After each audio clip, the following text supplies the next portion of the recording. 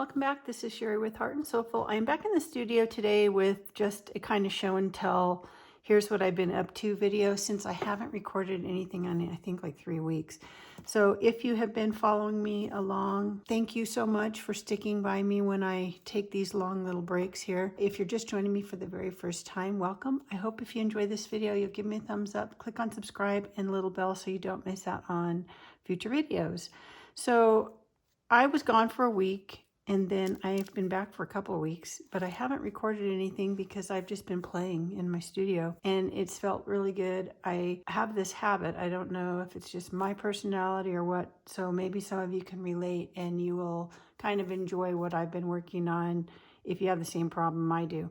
So whenever I'm gone, which is frequently, I am gone for maybe a week or two or longer at a time, and then I come back and I am not in the same mindset that I was when I left. I can't figure out where I left off, or maybe I can figure it out, but I'm just not in the mood to work on that right now, that sort of thing. So that happened to me again this time. So if you stick around to the end of the video, I think I'll show you kind of where sort of I left off and where I'll be picking back up, because I do have some projects that I need to get back to. But in the meantime, I wanted to share with you what I have been playing with in the last couple of weeks. So while I was gone, I didn't have any really art supplies there. So I thought it was a perfect opportunity to just go back to junk journaling. So if you're not familiar with junk journaling, you will hear that comment or see videos, and it might be kind of confusing because a lot of people just throw that term around as kind of a generic thing that encompasses a lot of different types of journals, where a true junk journal is really made from junk. So people use them for any kind of journaling, art journaling, that sort of thing, but it's made out of just things that would be thrown away. So because I didn't have much to work with, I thought this is a perfect opportunity just to kind of get back to that basic, really forcing you to just kind of create with not a lot. So I did go to Walmart and buy just some basic supplies, just a simple, cheap paintbrush set, some paints, just those the little acrylic tubes, little small ones that you can get. I picked up, this is not the set, this is watercolor, but you can also get it in acrylic, and they actually, I think the smallest sets are just, some half this size. So I picked up some acrylic paints, some simple paint brushes. I think I picked up some similar gel pens to these. These are just a cheap brand that Walmart carries, and these are metallic gel pens. I like to doodle with those in addition to just black, these micron pens. You can also get these at Walmart. This one's a plastic nib. When you see ones that have these numbers, they usually come in a set where it has maybe 4 different sizes of pens. These plastic ones have a plastic nib instead of like the kind of felt tip nib. So some kind of black ink like this that's archival, and then the gel pens and the paints and paint brushes, and that's really all I had to work with while I was there. So I went and dug out of the garbage one of these advertisement little booklets. So it's already a book. You don't even have to really make the book. Then I also got a glue stick, just a cheap glue stick, whatever brand they had, and some Mod Podge because I couldn't find any like matte gel medium, that kind of thing. So I got matte Mod Podge, which is just, some glue. So to do this, I'm just going to kind of show you in case you want to make something like this. For your cover, you're going to glue however many pages you want together for how thick you want it to be. I only glued 2 pages together because my intention with this book is to also do some stitching, some embroidery on my paper. And so when I do a spread, this is a spread, I want to go back maybe with thread and stitch it. You could also, just use a black marker and do some faux stitching, but I want to actually stitch maybe on this. So I thought, well, I'm going to leave it not glued to my front cover. That way, if I stitch, then I can glue them after the fact like this. You can see I've stitched And now I want to cover that up, and not with the new piece of artwork. I'm just going to glue that page down, and now I can do a spread here. That's my intention. So I decided, I had started to kind of glue some pages together. You can see this one has maybe 2 or 3 glued together. And I just used a glue stick and, you know, just went over the whole thing. And they're kind of wonky, but that's okay because I'm going to be doing some more things on it. And it's really just for myself, so I don't really care if it's kind of wonky and warped and all of that. You can put it under some heavy books overnight once you've glued some pages together. And that way it'll kind of flatten them out. So I just did that, and then just with my paints and just whatever implements I had, paintbrush, you can use an old credit card and smear some paint around, that kind of thing. So use your fingers, whatever you have.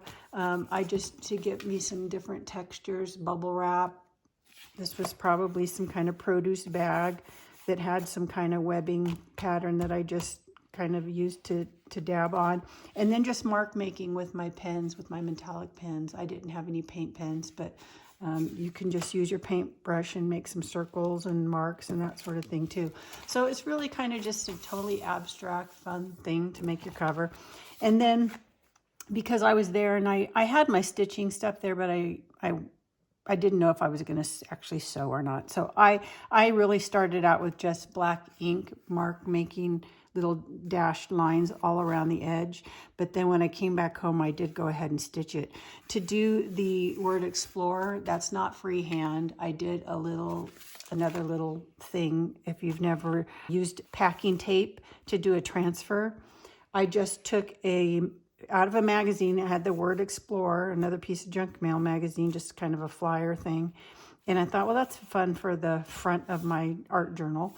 And so you take a piece of clear packing tape and just put it over whatever you want to transfer, cut that out, and then you just wet the back with a sponge and then just rub away, let it soak and rub away all the magazine from the back side of your tape. And what you have left is that piece of tape, and it's shiny, but it will transfer that image. And in my case, it was the word explore. And it just transferred to that tape. So then I can just use my Mod Podge and glue it down. And I don't know if you can kind of see, I cut it just right along that edge. So it was just the size.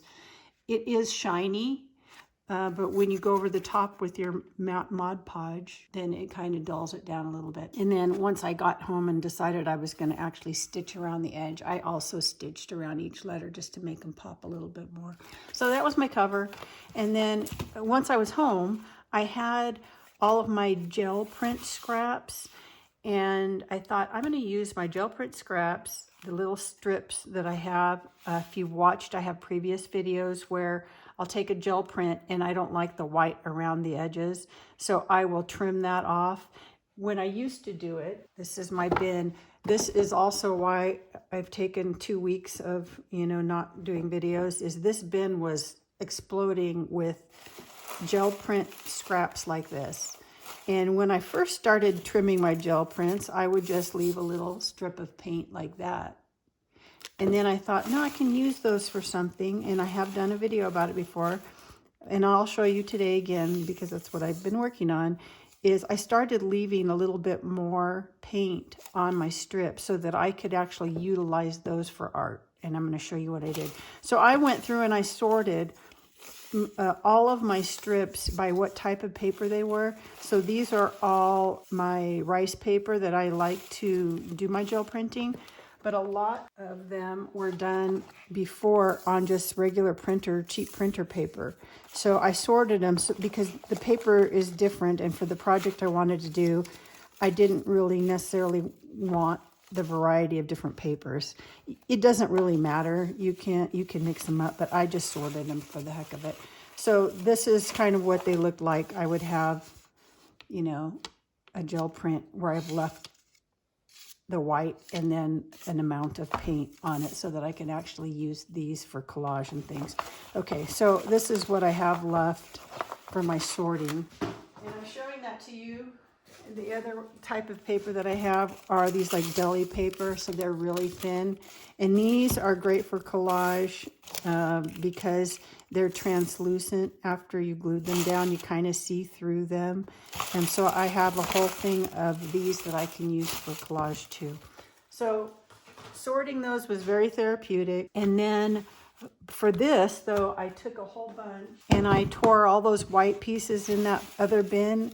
I tore all the white off so that I would just have strips with no white that I could use to collage in my art journal. So now I have this whole bin that I can use that's planning to go into this book. So for me, it was just, I'm working on 3 different ones, but I thought since I have them in different stages, I would show you, you know, what they kind of look like. So the first one I just did my strips kind of picture framed around and around and around. And then the next one I just went ahead and left them long this way. But I would take one strip, and when it ended, I would just start with the next one and then come back and forth. And I just kind of did that throughout the whole thing. One of them. So just with strips, this is again kind of the picture frame thing, but with one larger piece I happen to have in the middle. And then this one, I cut them so they were more like tiles, like subway tile kind of pattern. And then what I do is, this one I have only done a tiny little bit. You can see with the metallic pin there. They kind of look a little plain. And then I love to doodle, so I just kind of start with the design that's already there and enhance it with my metallic pens.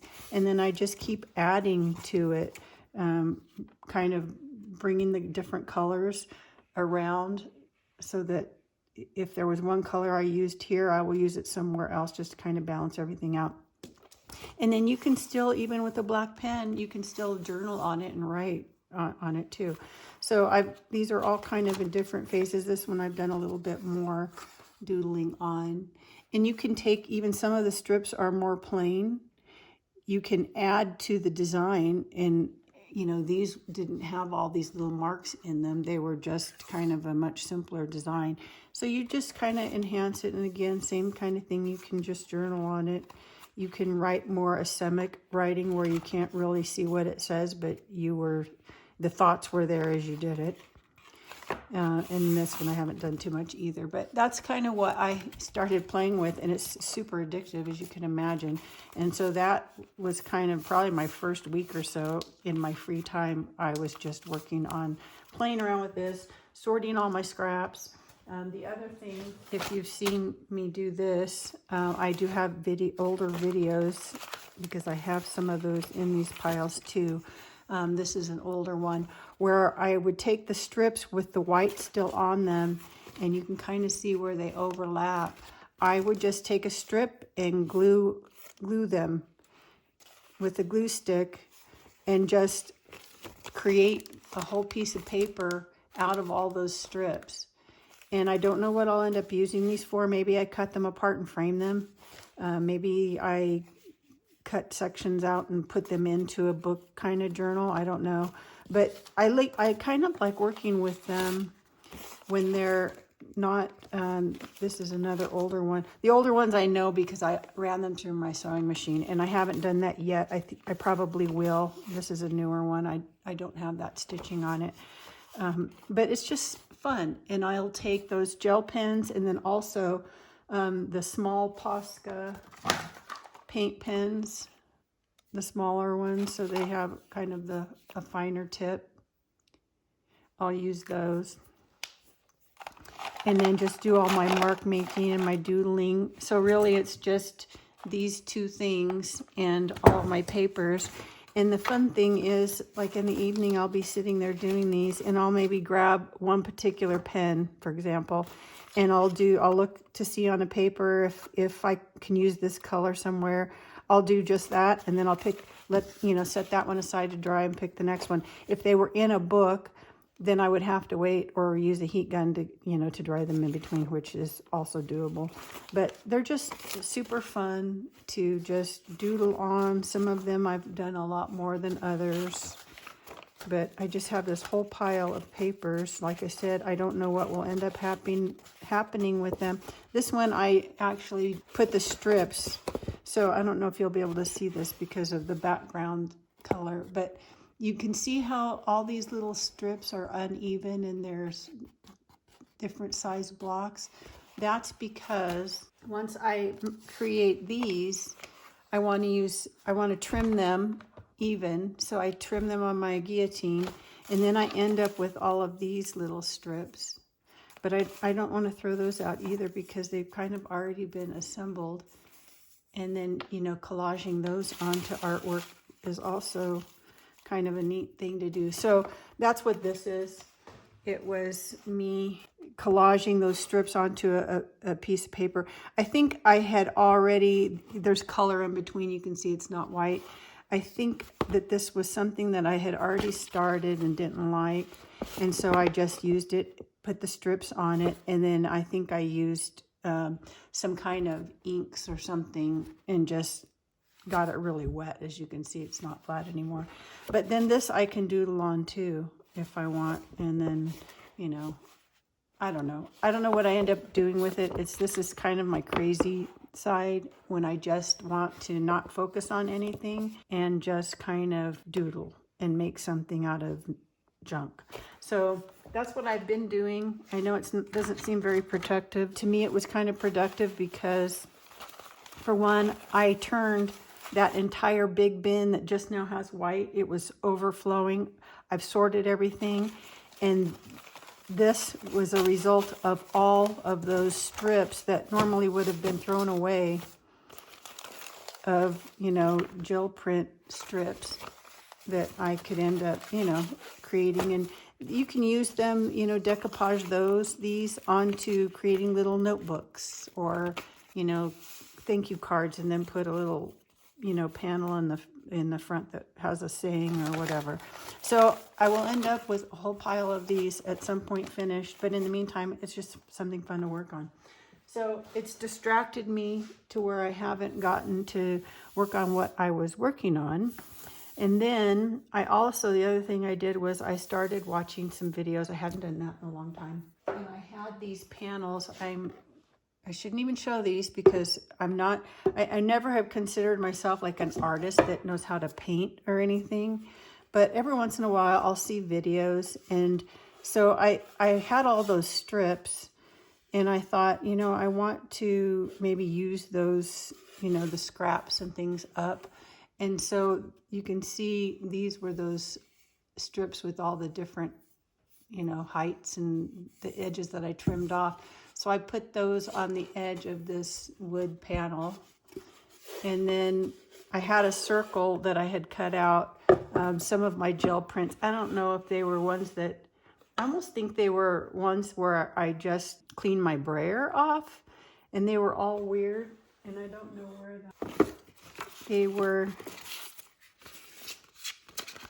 gel prints that I think was just, or scrap where I was cleaning off my brayer, honestly. Or cleaning off my gel plate, you know, and just pulling off all the last bits of paint. And so I just punched circles out of these. And so that's what the circle is. And then I added some iridescent medium to it just to kind of make it look kind of like a moon kind of thing.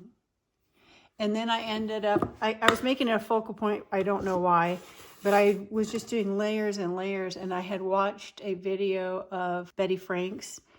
I know this looks nothing like her stuff, and at least I've only watched a couple of her videos, so maybe she did something that looks like this, I don't know. But anyway, I wasn't happy. I kept just doing layers and layers and layers of it, and it's okay. I ended up doing holes since I finally got my little tool that has the teeny tiny jewelry size, needle size drill bits. In a previous video, I talked about doing this because I wanted to embroider on book covers.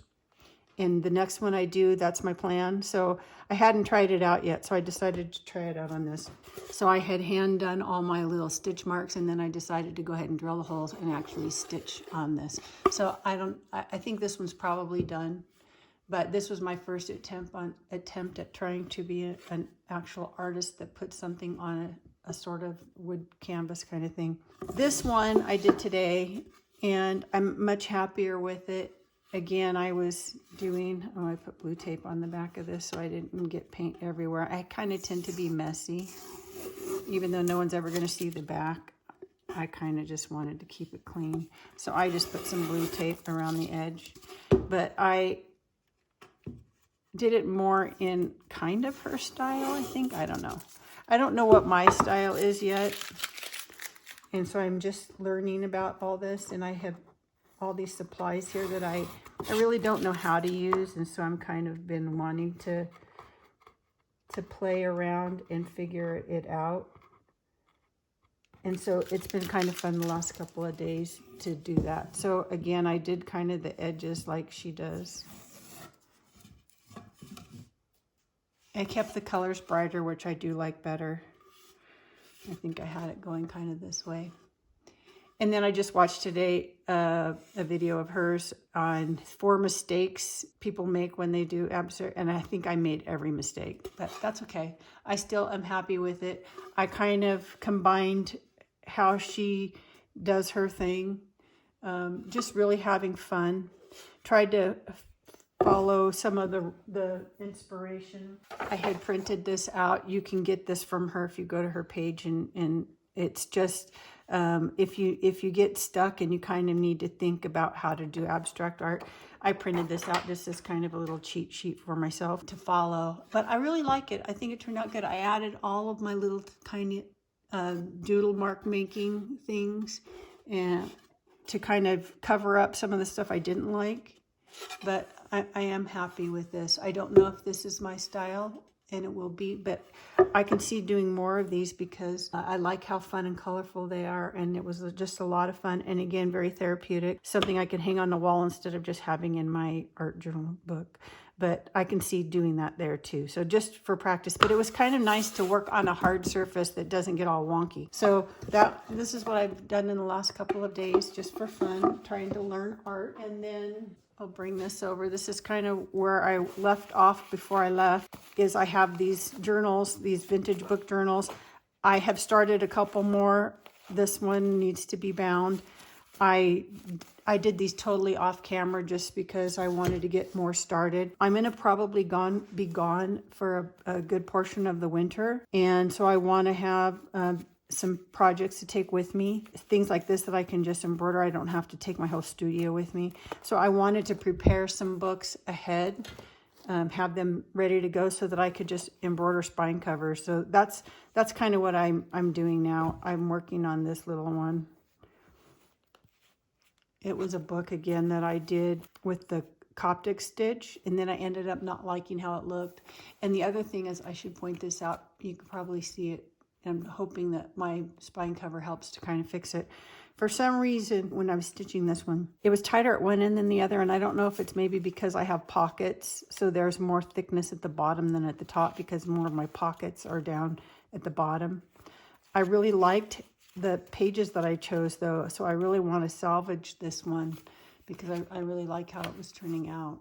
So, but it's kind of weird. It's kind of thinner at the top than the bottom. It's I don't know. It doesn't seem to, when you hold it in your hands, you feel it. Once it's full of stuff, I don't think it's going to matter.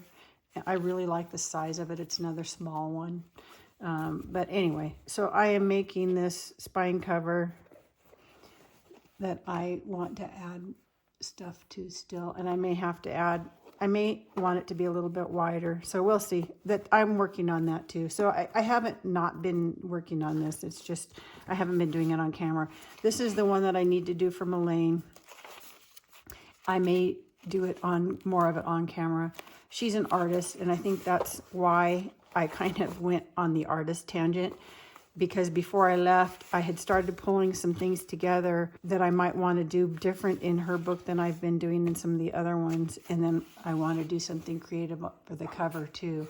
So I will probably do this one on camera, but I was really kind of stuck in my mind and not motivated to work on it. And I wanted to kind of, I think I've even forgotten some of the ideas that I had before I left. So I need to pull this out and really think about it And then I think I'll record this as a series too, just because I think I'm going to try to incorporate some of the art things, painting, stitching, whatever, into making this journal. So that's where I'm at. I'm hoping that by doing this video today, that it helps kind of get me to move along in the process of working on actual projects that I can share with you all. So that's it for me today. This is where I've been. This is why you haven't seen me.